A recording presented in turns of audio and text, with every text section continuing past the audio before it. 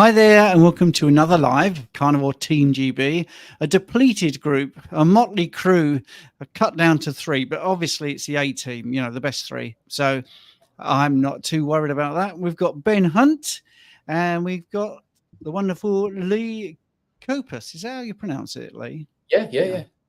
Not Not Mr. Kent Coppers, Carnivore. Mr. Coopers. Right. Yeah.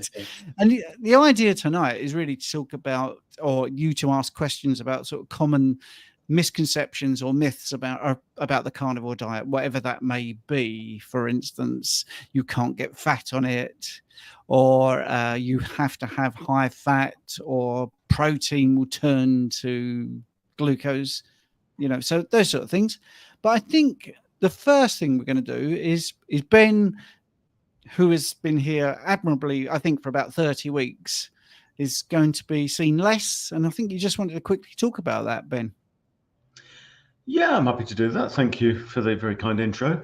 Yeah, I'm moving away from specializing in diet and health, and going kind of back to resurrecting an older passion of mine, a project I was working on before I got together with the Human Unleashed guys, with Phil Escott, Jeremy Ayres, and Graham Norbury, which is about 5 years ago.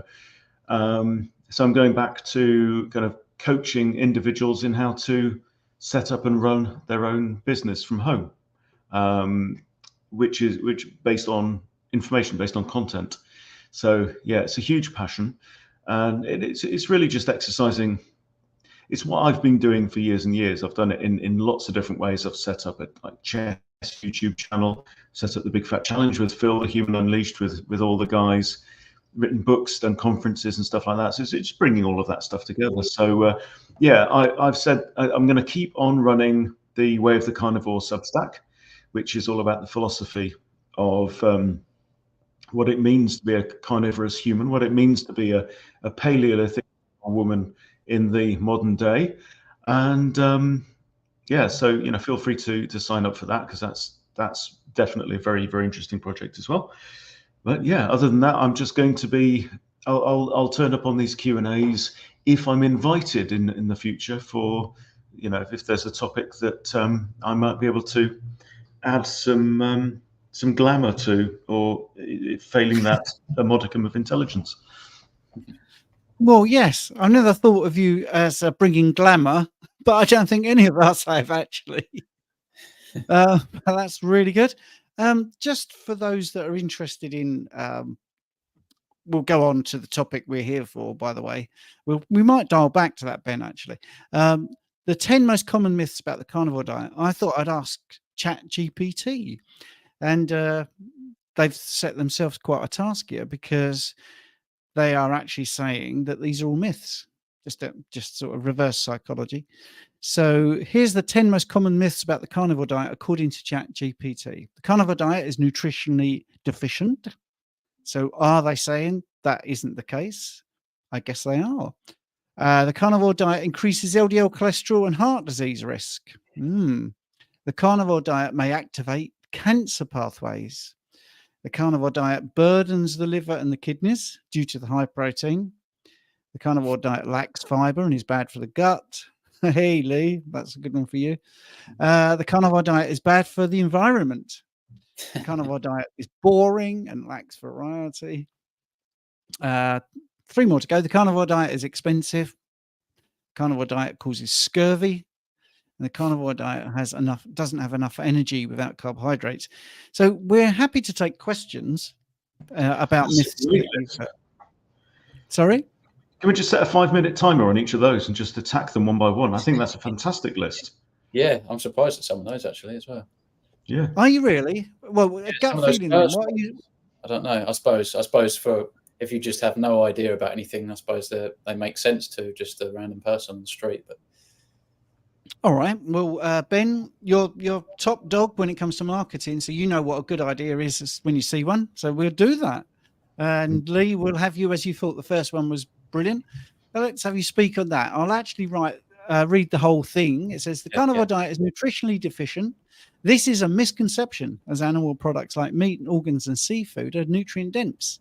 and can provide all the vitamins and minerals, including vitamin C. So, I mean, do you want to go on that? Yeah, I mean, if anything, it's the other way around. I was making a video earlier about sort of digestion, and I was thinking, if you think about, I don't like to call it this term, but the ultimate elimination diet leaves red meat alone standing on its own. It's not like we sort of, as sensitive people, take everything out and we're left with just a piece of bread, or something, and then we figure out what we add back in. It's like there's a reason why we're left with the red meat, and it's because it's proper food. It's our proper food that we're supposed to eat, and it contains all of the essential nutrients. By definition, if it contains all the essential nutrients, that's all you need to eat. Enough said, really. It contains every single thing you absolutely have to consume because the body doesn't make it.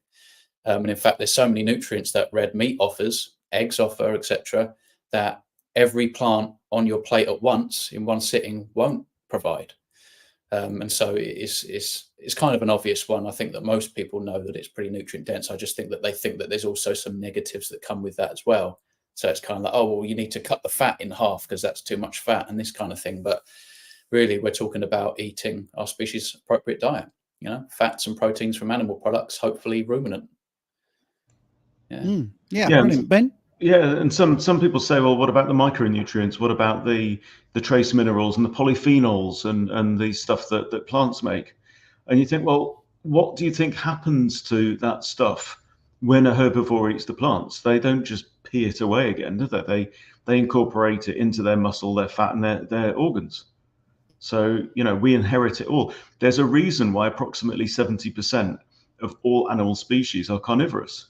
It's because yes, there's a bit more effort involved in actually catching your food. It's not just, out there on the ground, but it's far, far simpler. The eating of plants is actually a highly specialized skill that's very difficult to do because all plants contain toxins. So that's great.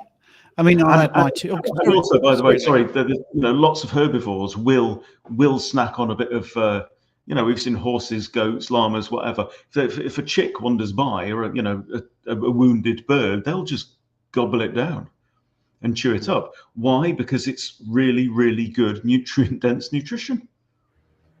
Yeah. You were saying, Lee, you were going to say something? Oh, well, I was actually just thinking about the other way around. Cats can get sort of 60% of their so-called calories from carbohydrates, but it doesn't mean they're an omnivore or a herbivore. They're carnivores, but we're also carnivores. We eat mostly meat. We're designed to eat mostly meat.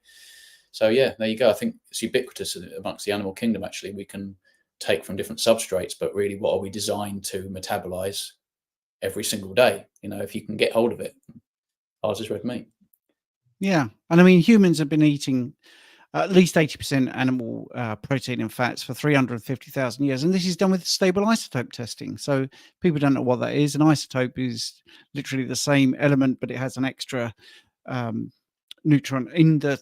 Anyway, it's the same thing with a little bit of a difference. I don't want to get too technical, and it's stored in the bones. And when you look at teeth, for instance, they're a really good indicator because they don't get broken down and remolded. So teeth will give you the whole history of that person that's been discovered, the remains of what they ate. And then the long bones, because it's broken down and rebuilt, will give you the last 10 years approximately what that person ate.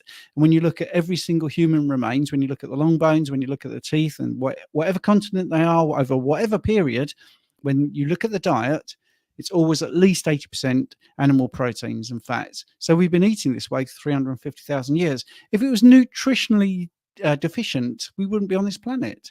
Yeah. So, that's an easy myth to debunk. I am keeping my eye on the questions, and I can see that Carnivore Muscle is telling us that we're doing good, or something's good, which is great. It's we missed the ringmaster, and I tell you what, Jonathan, you are always missed. You're a brilliant host, actually, and I'm hating every single second of this. But I don't like trying to get it all to come together because I misread the room anyway when people are finished. But anyway, let's go for the next one. The carnivore diet increases LDL cholesterol and heart disease risk, which they conflate. Look at that. However, not all LDL cholesterol is harmful. The diet can increase the less harmful fertile LDL. That's what ChatGPT are calling it, while also raising beneficial HDL cholesterol. That's actually a bit more balanced than you'd imagine from artificial intelligence. But Lee's got his mic on, so yeah. Do you want to look at that about LDL? Well, there's straight away they got it wrong. There is no such thing as LDL cholesterol. There is just cholesterol. It doesn't exist. It's a lipoprotein that carries the one cholesterol around in our blood. So straight away, that's just not even a valid statement. The claim is completely redundant. But yeah, your LDL might go up, but big deal. It doesn't seem to be an issue whatsoever.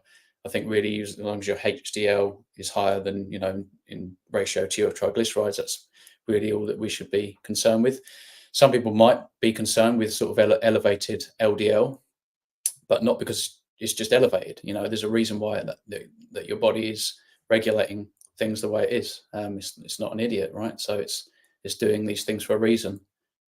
Just like, for example, if you have cholesterol deposits and things like this, I mean, that's actually a good thing. Your body's helping you out. It's repairing and maintaining you and keeping you alive all the time. So this isn't really an issue. It's different from like potentially soft plaques constantly all the time. But yeah, LDL cholesterol doesn't exist, and there's only sort of associations and correlations with things that pertain to LDL and bad health outcomes. So not a problem.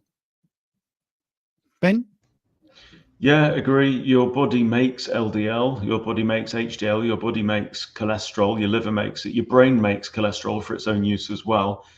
Your body would not make anything that caused it harm, or if it did, then we wouldn't still be here because we would have been outperformed by another less stupid species. So it just doesn't pass the sniff test, I'm afraid. It's ridiculous. And look, if your LDL goes up, then it means your body is making more LDL because it wants to use more LDL. If your cholesterol goes up, then your body needs more cholesterol, right? You've got as much LDL and as much cholesterol going around your bloodstream as you need, because most of it's made by your body anyway. So it's an absolutely ridiculous and stupid, pointless argument. Yeah, it is. And over 50% of people that die of a heart attack have normal or low LDL cholesterol when they die. And of course, cholesterol is the same whether it goes through your arteries or your veins, and you don't get atherosclerotic plaques in your veins. So there's something different about those structures. There's nothing different about the cholesterol. It's the same cholesterol. So there are some questions in the chat, and I think it would be good form to just quickly divert to those. I know you're right, Ben, that these are very good myths, but I think these need to be addressed because they're nice and they're pleasant. So let's have a look at this one. Landers, how is Lee and his convalescence post-surgery? I'm good. I'm basically there. As far as I'm concerned, I feel pretty much back to my old self. I'd probably say otherwise if I got on the floor and started to try and do my sort of maximum amount of sit-ups. I'm probably not going to be able to do that. But otherwise, I'm back at work. Just taking it a bit slow, really, because every now and again, you might have to hop over a gate or something like that, and you just got to be sensible. But otherwise, I feel fine. I feel good. I'm healthy. My appetite's back. I feel pretty robust. So, and all my, the incisions, the scar tissue looks really quite healthy. It's healed very nicely. So, yeah, appreciate it. Yes. So Landers is asking this, which again will go to you, Lee, because of what you've just had surgery for. Hello, good evening, gentlemen. Would constipation on the carnivore diet, steak, bacon, eggs, beef burgers, be because more water goes to the kidneys instead of the bowel, the large intestine? It's just going to be an adaptation thing. You might want to increase your fat. If you think, obviously, I don't have a colon, but if you think about the job of the colon, when the substrate enters at that point, I mean, you've done all your breaking down and digesting and absorbing the nutrients. It's just a case of reabsorbing water and sodium and things like that. So sometimes if you're in a situation where you absorb too much or not enough, that's going to have an effect with loose output, stodged up output, all this kind of stuff. But essentially, you might want to look into increasing fat, look at meal frequency and play around with different things like that. Maybe even salt, your salt intake, water intake, exercise, absolutely everything is going to play a part, but you will get there. Your body will adapt. Most of the time, it's a case of just increasing fat and things like that. Many people have the exact opposite, where they're having too much fat, a lot of rendered fats, not enough salt, drinking too much water, maybe keeping the coffee in the diet around meals and things like that plays with the stomach acid. And So there's a lot of things really you might want to play around with, but it's very individual. So it's a matter of trial and error. Just all the best with that, basically. Ben, did you want to pipe in? Nothing to add, Your Honour. No further questions. Yeah, I mean, the thing with constipation, and Lee actually said an interesting thing, when people adapt this way, it can be one end of the spectrum or the other, and they worry about diarrhea. And it is just your body adapting to the whole thing. Because if you've been eating the wrong way for 50 years, which I did, high carb and all that sort of stuff, everything is geared up for 60% carbohydrates, small amount of fat, small amount of protein, maybe the wrong sorts of fats as well. I mean, I avoided saturated fats, and my fats were coming from other sources. And then you eat this way, so your body, all the mechanics, all the bacteria, everything, your fluid balance, your electrolyte balance is completely changed. All of a sudden, you've taken out a lot of glucose. One glucose molecule will have 3 of water.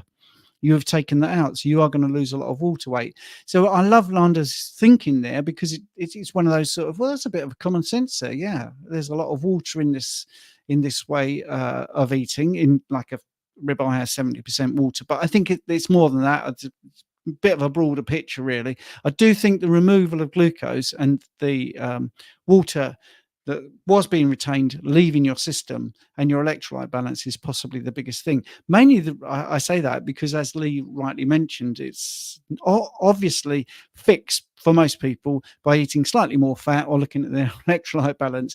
Over drinking water is not the thing that's going to resolve it.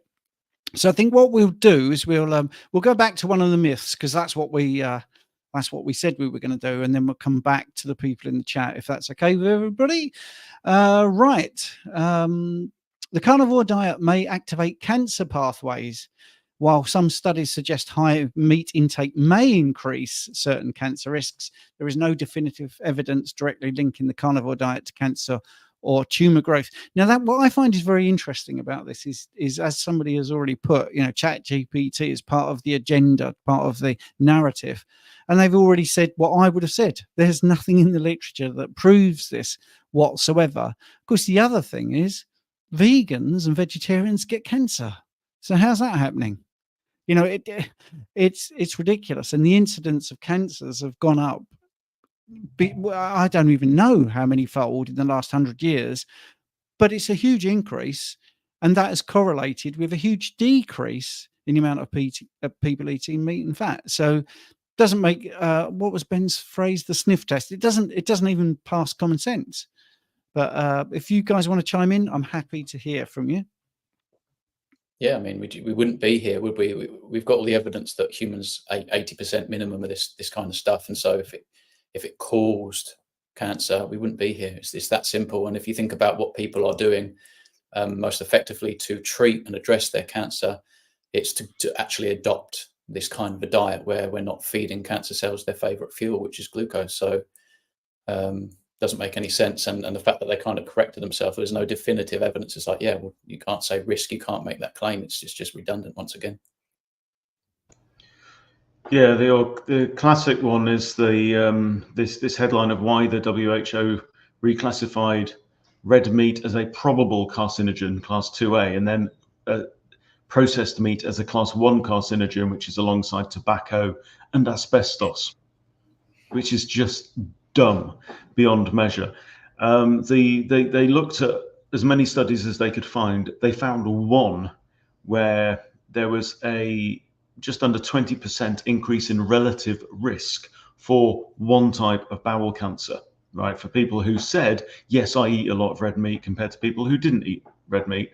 And that was it. But relative risk is the difference between a very, very small number and another very, very small number. That's what we're talking about. But yet they say, it increases your risk of this by 80-90%, which is fraudulent. Because then you think, now I've got a 20% risk of getting cancer of the bum. No, you don't at all.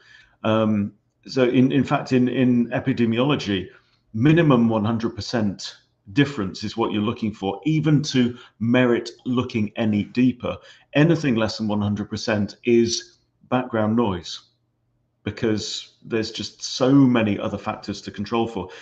To put it in perspective, the difference between smoking cigarettes and not smoking cigarettes on whether you're going to get lung cancer is 2,000%, right? It's a 20 times different risk profile. Okay, increases the likelihood by 20. That's what you're looking for, right? So we can say, yes, smoking does cause lung cancer. Utterly ridiculous. Also, the amount of red meat that Americans ate at the start of the 20th century was practically identical to how much they ate at the end of the 20th century. Whereas at the end of the 19th century, cancer was extremely rare. There was a survey in Boston, the town of Boston, Massachusetts, in 1811. 942 deaths were recorded. 5 of those were to cancer, right? Now, cancer is the number 2 killer after heart disease, apparently. And 1 in 2 Americans, if you're born after 1960, you've got a 1 in 2 chance of getting a cancer diagnosis at some point in your lifetime. It is ridiculous what's going on. So there's no correlation, because red meat consumption has remained level for 200 years, right? Cancer has gone from nothing to up through the roof. So there's no correlation. And it's not that, correlation doesn't mean causation, but if you're going to have causation, there must be correlation. It works that way around. Yeah, absolutely. And it, like I say, it makes no sense. It makes no sense whatsoever that people seem to think that this way of eating is causing all the modern diseases when they didn't exist. Autopsies were started, 2,000 years ago, but let's say proper sort of medical autopsies are about 400 years old. And it wasn't until 1917 that they actually saw problems in the heart. Now, I think most people would agree, since the Renaissance, scientists were actually observing things and reporting things. They didn't have vested interests. They were literally looking at stuff and saying, that's what I can see. This is what I'm going to write. Now, they would have spotted something wrong with the heart very easily, very, very easily. And they didn't, like I say, until about 1917. So we're talking hundreds of thousands of autopsies over 400 years.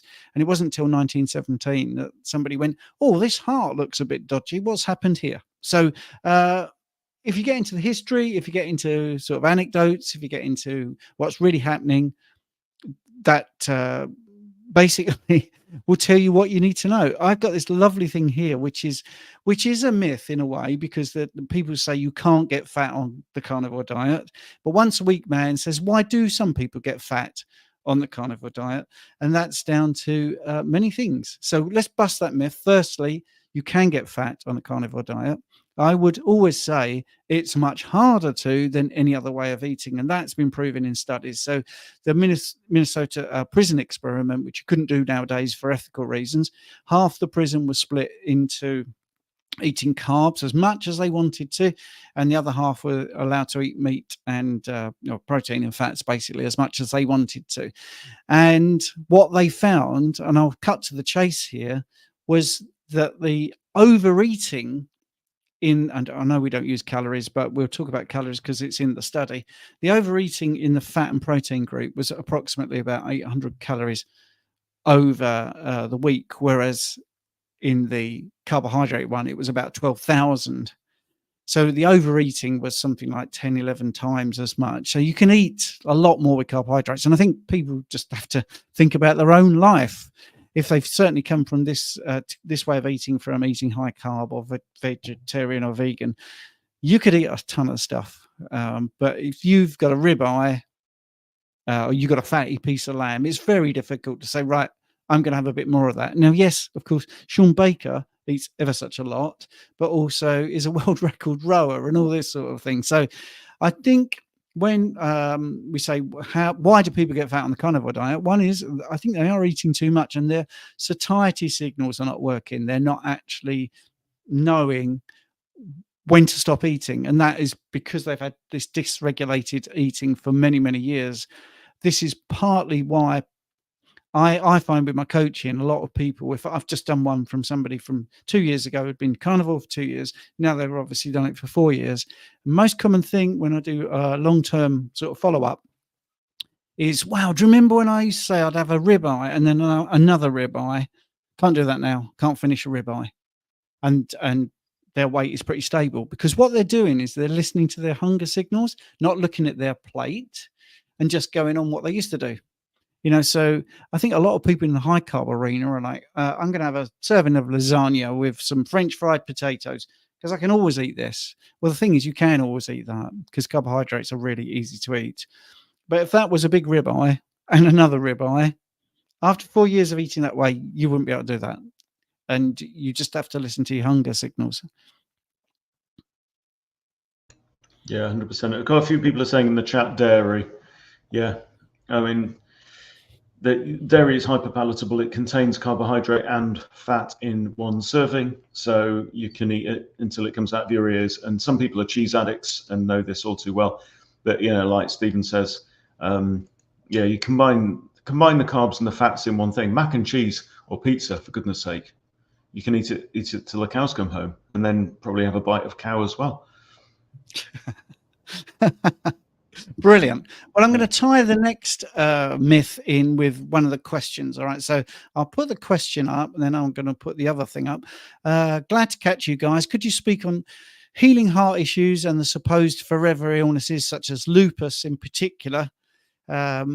And we'll go into the myth, which is basically the carnivore diet burdens the liver and kidneys due to high protein. In healthy individuals, a high protein diet does not seem to stress the kidneys or increase infection risk. Now, that doesn't sound like it's connected, but it is, because many people have reversed their kidney problems that they were told were pretty severe. So the last coaching call I did, their GFR was 14 at the beginning and it went over 100 eating meat.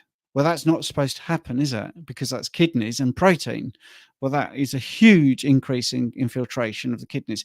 Is that a one-off? No, it's not a one-off. And I've got hundreds of success stories, of which at least 10 come to mind, of people going from either on the dialysis list, on the transplant list, stage 5 kidney disease.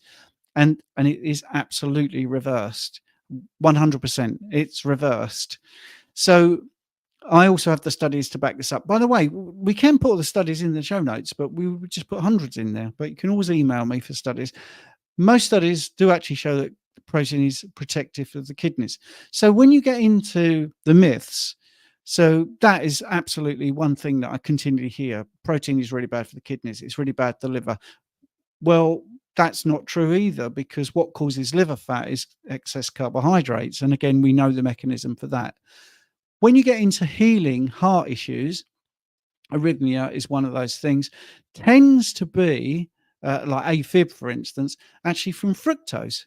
So when people are eating fruit and they take the fruit out, their AFib goes down. I'm not saying that for everybody. This isn't medical advice. This is just my experience of people that I've coached. I've also got somebody that is getting over lupus because they're now eating a diet that is anti-inflammatory. So they're making the environment that lupus is sort of trying to take hold on, making it more difficult for them.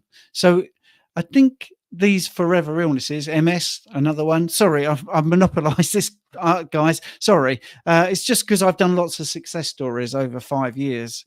I've got MS where I haven't got MS. I've got people with MS that's had the consultant actually really cross because the lesions have gone and this shouldn't happen.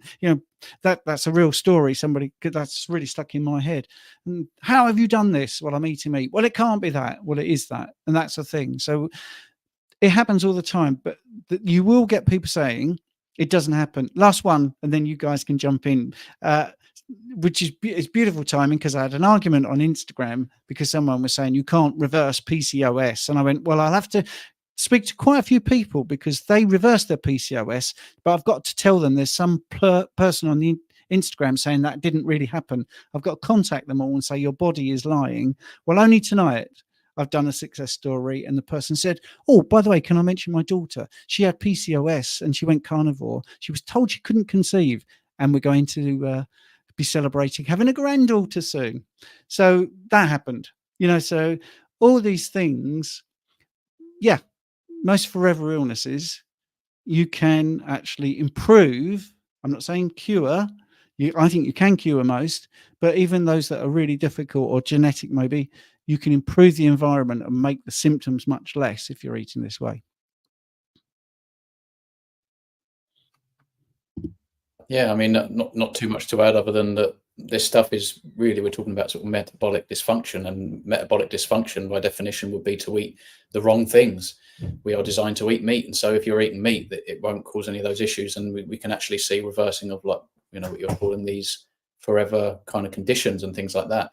The guy that interviewed me a long time ago now, I think it's over a year ago, he and his, I think, wife, I'm not sure, I think that they have both been vegan in the past, but they were struggling to make a baby.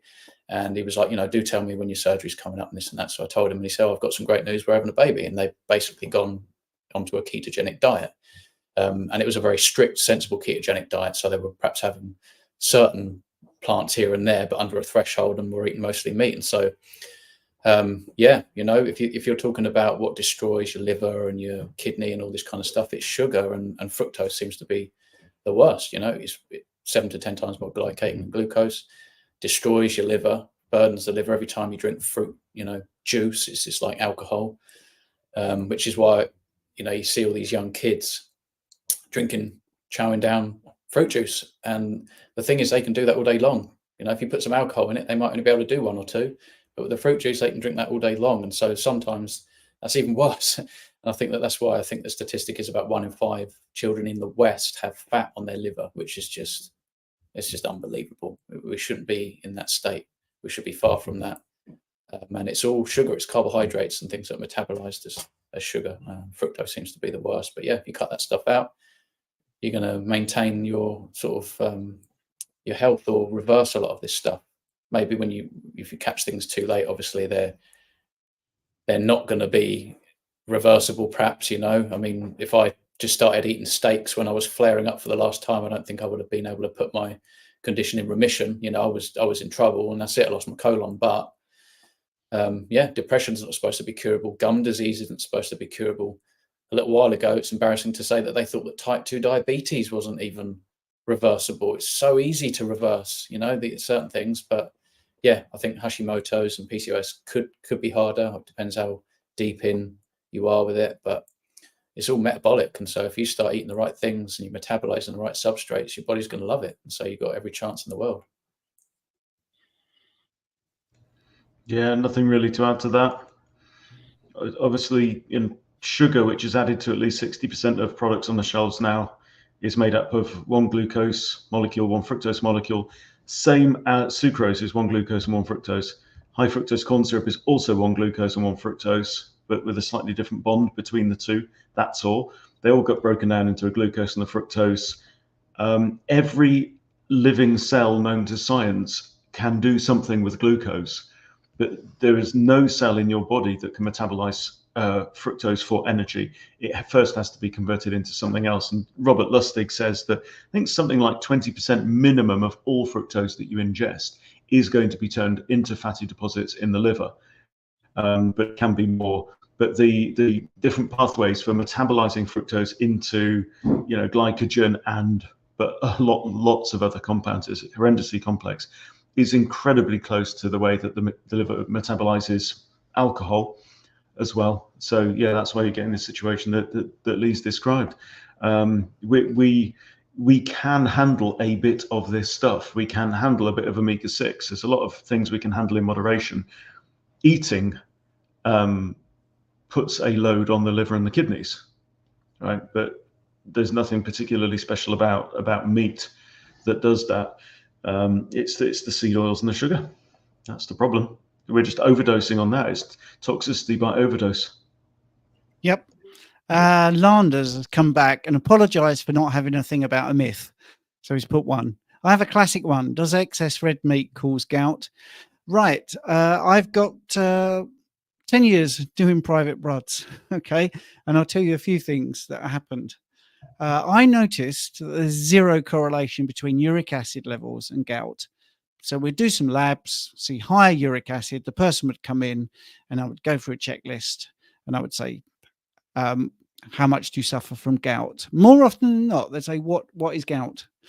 I said, right, well, if you had gout, you know the word gout. So obviously they weren't suffering from it. And that was really common. High levels of uric acid, no gout whatsoever. Also, I'd have many bloods would be very low levels of uric acid. And boy, did they have really bad gout. The other thing was Many of those were vegans or vegetarians, long-term vegans and vegetarians having gout. One in particular, I remember, had absolutely terrible gout and was walking with a cane. And I said, "You eat a lot of fruit?" "Yes." I said, "Okay, we'll take the fruit out of your diet and see what happens." And there was a huge increase. So yeah, that's an anecdote. N equals 1, but that kept happening. So I think fructose is quite a big culprit in gout. Now, I also have success stories. So it's exactly the same thing where people have said, "I've had gout for 30 years, I went carnivore, it's completely gone." So all of these are huge coincidences. So for me, does excessive red meat cause gout? No, I think excessive red meat is probably not the right phrase. Red meat does not cause gout, and red meat actually cures gout. Yeah, it's all about, it's not, people think it's about purines.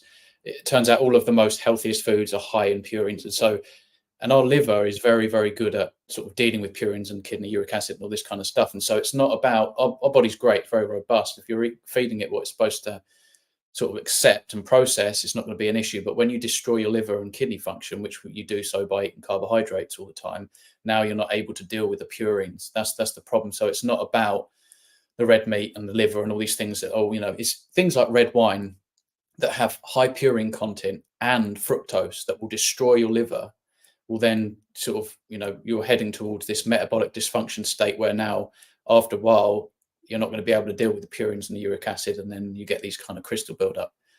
So yeah, it's not about purines in food, it's about metabolic dysfunction. And when you eat proper human food, your systems are going to be healthy and you won't struggle.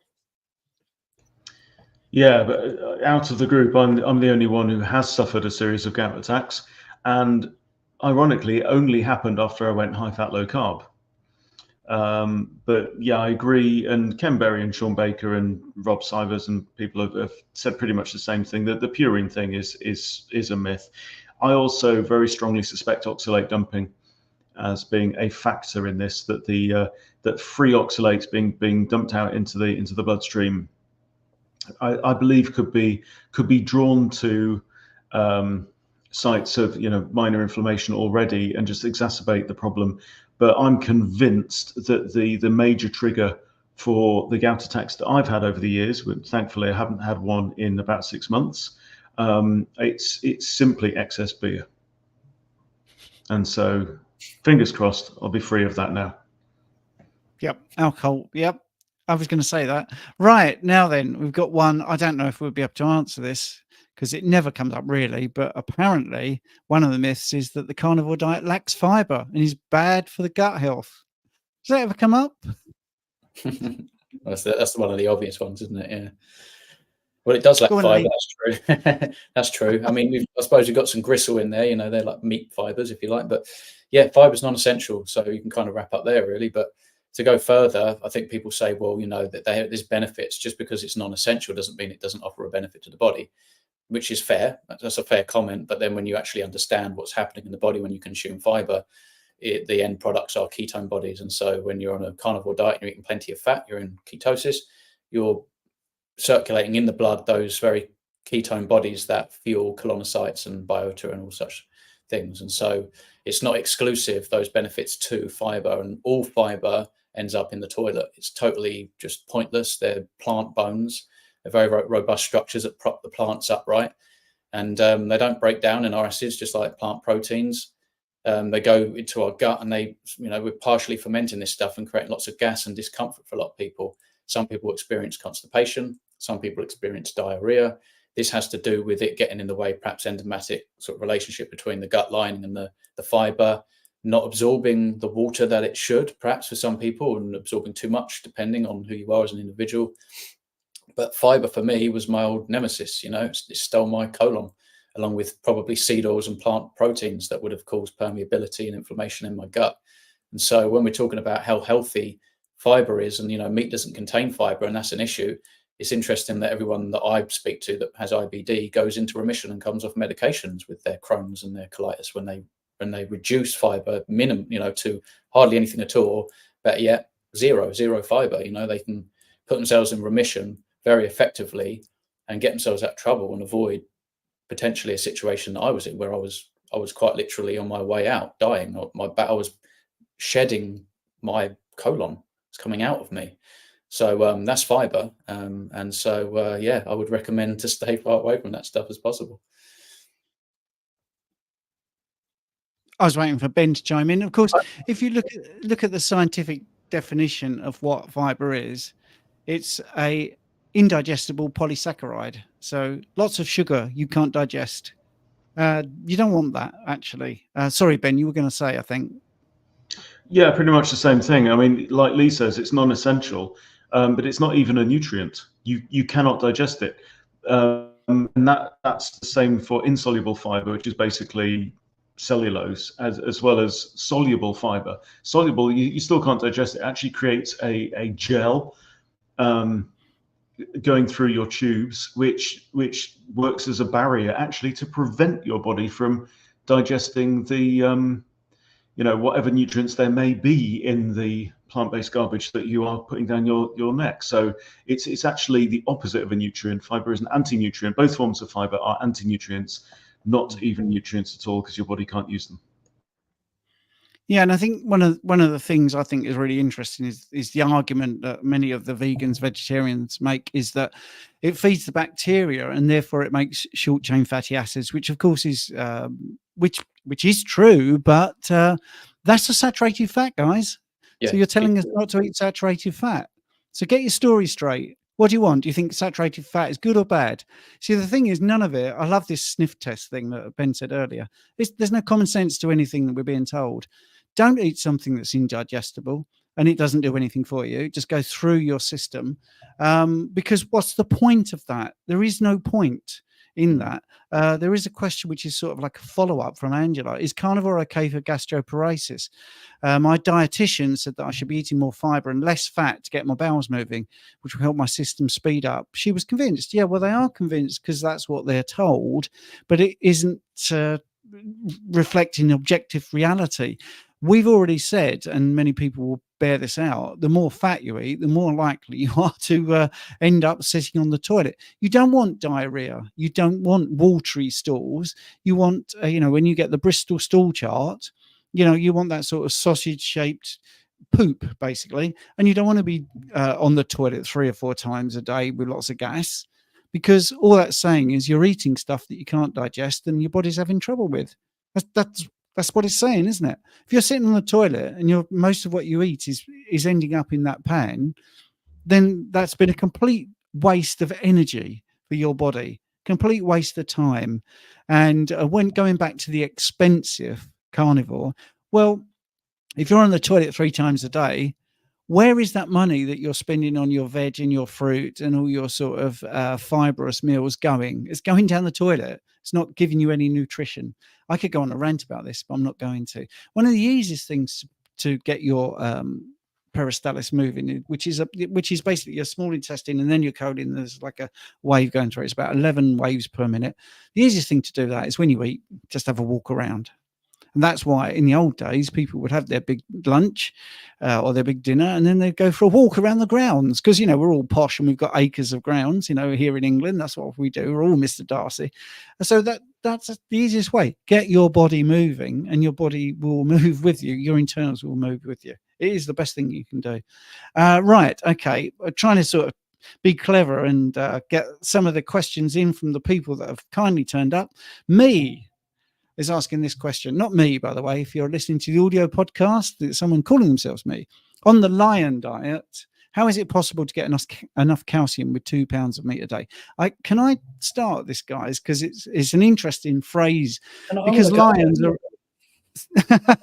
because lions, by the way, the lioness will make milk for the cubs, and they eat meat. So where do they magically get in the calcium to make that milk? We see it in the wild all the time. If an animal's making milk, they've got calcium. And if they're not doing their calcium supplements, if they're not on the Keto Pro website getting stuff from Richard, what's going on? How are these lions doing it? I guess they must be opening tins of sardines or something. Of course, they're not. Sorry to be a little bit facetious. And I was just teasing. We can get enough calcium. It's there. And we process it. And once we get it, our body we'll retain it because we need it. So yeah. Anyway, guys, yes. Do you want to go on that? How do we get enough calcium? Eating what we're supposed to eat. Yeah, just like you said, cows eat grass. Not a lot of calcium in grass, yet they make all that milk for their young. And so it's not about just the intake. It's about all these other things. You've got to realize that when you're on a lion diet, you're not having any anti-nutrients. There's no oxalates, that's ripping all the calcium out of the cells and different things like that. So you're using what you are getting, and you've got to understand as well that you're getting a lot of protein. So you can upregulate and create and absorb more calcium because of the protein. Not a lot of people get enough protein, but they think they're having all this calcium. One thing you don't want to do is supplement calcium, because the majority of that will most likely end up in your arteries. So yeah, don't worry about it. Just carry on. If you think about bones and things like that, it's not just pure calcium. There's lots of things going on there, and it's proteins as well. And yeah, it's not a problem. We get all we need. Same goes for all the electrolytes, really, magnesium and potassium. Not a problem. Yeah. Yeah, the defense rests. Brilliant. Well, here's a nice one. The carnivore diet is bad for the environment. I'm not going to read what ChatGPT says because it's giving us our defense straight away. So the carnivore diet is bad for the environment. So you could look at monocropping. That's growing fruit and veg under reams and reams of plastic on a monocropping basis, where what they've done is they've used pesticides and glyphosate, sprayed it to within an inch of every single insect and animal's life. So it's completely devoid of anything that can eat the fruit and veg. And then what they do is they grow that fruit and veg and they wrap it in plastic, and then they stick it on a plane and they fly it hundreds of miles. Does that sound good for the environment? I don't know if that sounds good. What about getting plane loads of bees and flying them to California? So these 8 billion bees in 6 weeks die because they're actually going to grow some avocados, and they need 8 billion bees to be able to do that. And the same with almonds. Well, that doesn't sound environmentally friendly to me. I go up the road to my farmer, and the steak I had, I remember last year seeing it on a field eating grass. So that to me is not very far, not very bad for the environment. So again, I'm sounding a bit facetious, and I really don't mean to be, but come on, guys, when you go to Tesco's and you scan your avocado in, that's in a bit of plastic, and then you scan your carrots, and that's in plastic, and then you scan your cereal, which is in a cardboard box, which has been flown from wherever. Then you get your blueberries in your little plastic punnet thing, and then you get your strawberries, and that's in a plastic thing, and that's been flown from Spain, for instance. And then you go to pay, and it says, we can't give you a plastic bag because it's bad for the environment. Everything you've bought is wrapped in plastic. And I didn't mention meat there, did I? Because most of the meat, if you get it from the butchers, will not be wrapped in plastic. Actually, you can say, can I just take it like that? I've got my own bags. I've got my paper bag here, and it's fine. But you can't do that with the fruit and veg because it's already wrapped in plastic. Anyway, apart from those very silly sort of real world examples, which are absolutely true. And I will tell you, when I was on Instagram, the first time I was banned, because I've been banned because the community guidelines, which cross out the word community and put advertisers guidelines, I basically took a picture of Greta. She was on a train, and her food was on the table, and you could see what she was eating, all in plastic, by the way. And I was able to work out the food miles, the air miles for that food. And the food on her table had gone around the world 2.5 times, just on that table. 2.5 times. So I got banned for that. Got banned. So anyway, right. You guys, do you want to talk about the environment? Yeah, I mean, it depends on what type of meat, where you're getting it, the quality, if it's coming from another country, is it local? Because you've got all this conventional sort of concentrated feeding operations where I'm totally against all that. If we're looking at regenerative farming, that's just a good old fashioned way of doing things, similar numbers of herds of cattle, for example, roaming these parts of the land that you can't do anything else but graze ruminants, and they can kind of give back, and it's very economical. So all the stuff that I get is local, most really local, and I get, if I do get my milk, it's all local. I can see what's going on, and like many of us say, probably eating maybe a cow a year, and yeah, it's all local, and we're not flying all this stuff over. and it's all sustainable. If you think about the cow is sort of fertilizing and watering the grass, and they're rotating the stock and all that kind of stuff, where with plants, if you want different things coming all year round, you're basically relying on these monocrops and these cargo ships to deliver you your slop and gruel. And actually, when they're monocropping, they've killed the soil, it's depleted. So the food isn't even nutrient dense anyway, but it's destroyed now. And so to grow plants in dirt, because you can't grow plants in dirt, soil you can, they spray fixed nitrogen. And again, that's way more heat trapping than nitric oxide. I think it's way more, nitrous oxide is way more heat trapping than carbon dioxide, which is just part of a natural carbon cycle. Carbon dioxide feeds the grass, cows eat the grass, but methane goes up into the atmosphere, meets a so-called radical, becomes carbon dioxide again, grows the grass, and it goes round and round and round. Every 10 years, this is just a natural cycle, where with the nitrogen, we're spraying all this synthetic crap and the pesticides and stuff like that, which isn't just bad for the environment directly, but indirectly after that, you've got the health issue and that on the health sector, and then the money involved with that. And so you've got to think about all the cereal and the grains and things sprayed with glyphosate. You're just destroying your gut. You're getting all this autoimmunity going on, and now you're taxing the healthcare system. So it's not good for the planet whatsoever. Regenerative farming, where you've got ruminants and you've got your livestock and you've got your plants in symbiosis, that's the way it's always worked. That's the only way forward if we're talking about sustainability. You cannot take any piece of that puzzle out and expect it to work. So it's about getting back to the good old-fashioned way of doing things.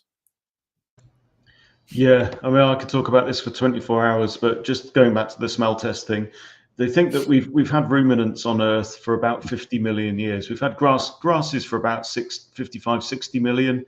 Dinosaurs disappeared about 65 million. We've had the first ruminants appeared around 50 million years ago, and they were small forest-dwelling things. But we've had large ruminants like bison and aurochs and stuff like that for millions and millions of years, and the Earth didn't choke to death. And so you can't say that meat is bad for the environment when 70% of all animal species eat meat. It just doesn't. It's just mind-buggeringly stupid concept, peddled by the likes of George Monbiot and it's. It simply falls at the first hurdle for all the reasons the guys have said. But even just agriculture itself, even without the plastics, even without the nitrogen, even without the glyphosate, what you're doing is you're taking an area of land with rich, multi-layered natural systems going on, and you eradicate every single species that you don't want on that land. Except for the one species that you want to grow. So what you're doing is you're creating an artificial natural disaster that makes the ground quite suitable for pioneer species, which are annual plants with short roots that can't dig down into the soil to bring up new minerals and nutrients. So like we say, the soil just dies. Most of the world now is within maximum 100 years of the soil being completely bereft of life. There's no carbon left in it, because every time you plow it, you turn it over, the carbon that's in it evaporates up into the sky. Personally, I don't think that's a problem. I think that CO2 is at practically an all-time low. And since we've been burning fossil fuels and CO2 has gone up, the Earth has also gone noticeably greener as well. And a greening planet also cools itself down. So I don't buy the climate change argument, and I certainly don't buy the concept that meat has got anything to do with it whatsoever. Because nature's been doing nature for an awful long time. You can't suddenly say that animals are bad for nature, because animals are nature. It's dumb as a bag of hammers, the whole concept. Yeah, Ben, and I could listen to you for 24 hours. And just for people to know, on the 7th of July, the two chaps you're seeing there, Lee is opening as the first guest on our 24-hour live stream, Richard Smith and myself co-hosting the second annual carnivore-a-thon live stream. So Lee's on for half an hour, and then we've got Ben and we've got Phil coming on, and Carnivore Muscle, who is sorely missed tonight. So Jonathan, I know you're in the chat and you're really doing some great answers to people there. Obviously missing Phil and Richard as well. But anyway, that's my plug. 7th of July 2024, the second 24-hour live stream, and I'll be doing this for 24 hours continuously with lots of guests like Anthony Chafee and Dr. Kiltz and Dr. Lisa Wiedemann and all that. Right, so yeah, that's a pretty big plug there. Right, now the reason I mention that is the next one. The carnivore diet causes scurvy due to the lack of vitamin C. Right, I've been a carnivore coach for 5 years, and luckily I have over 1,000 clients, and I can tell you how many have had scurvy. Hang on a minute. 0. Right, Lee 0. Yeah, I've never encountered it. It's just so easily disproven, and also we know there is vitamin C in red meat. So if the guys want to chime in on that, that's fine. We've got 5 minutes to go. There is, a time for you to wrap up if you want to. There was one other thing about not having enough energy without carbohydrates. Look at us all. We're all asleep already. Rich and I, when we did last year's 24-hour live stream, within 3 hours, we were asleep. Again, it's absolute rubbish. But if you two want to go on vitamin C and not having enough energy, that'd be great. Yeah, nearly 2 years on a carnivore diet for me coming up. No scurvy, never felt better.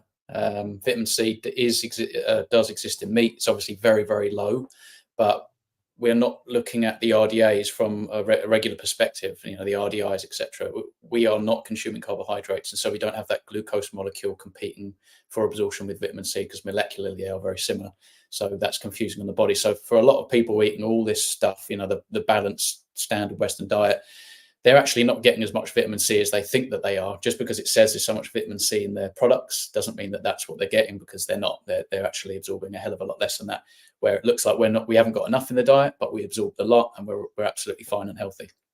And as we know, during the Napoleonic Wars, they used to feed the soldiers horse meat to cure their scurvy because it's an anti-scorbutic agent. So yeah, debunked. Yeah, nothing more to add on that, really. Right.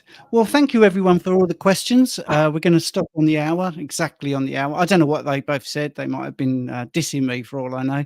Yeah. And I just want to thank everyone for your questions. I'm sorry we didn't get to them all. It's really nice.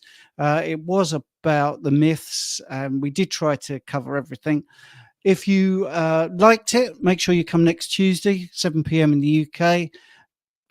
I really do have to go exactly on 8 o'clock because I've got a coaching call to do, and that is it really. So if you want to find Lee, he's the Kent Carnivore on YouTube, and if you want to find Ben, it's wayofthecarnivore.substack.com.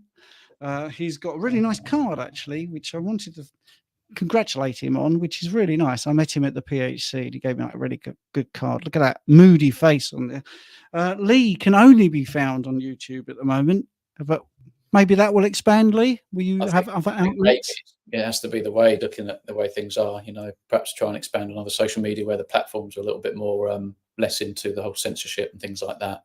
Whether I'm going to get the same views, I don't know. But just in case everybody doesn't realize, I've had to take down most of my content, which I have aside. Basically, the whole reuse and fair use policy, where I thought I was sort of adding my own twist on things, adding value by clipping all these clips, concising them to make little mini documentaries, hopefully to sort of save you guys time, using different visual, occasionally some sound. I thought, okay, it's sort of unrecognizable now. I'm okay to use it.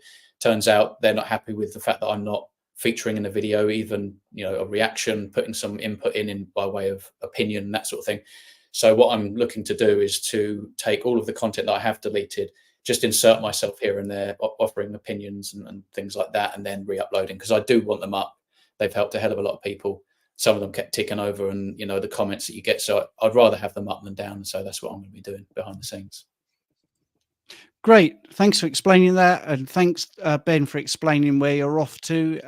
But I'm going to say it publicly. You know a lot more than you think you do, and you will be sorely missed. I really, really genuinely mean that. So if you do want to come back, do come back, because I think your input is invaluable, especially when it comes to sort of the history of farming and the planet, basically. I think it's really good. So anyway, thanks a lot, everyone, for listening, and we will see you next Tuesday.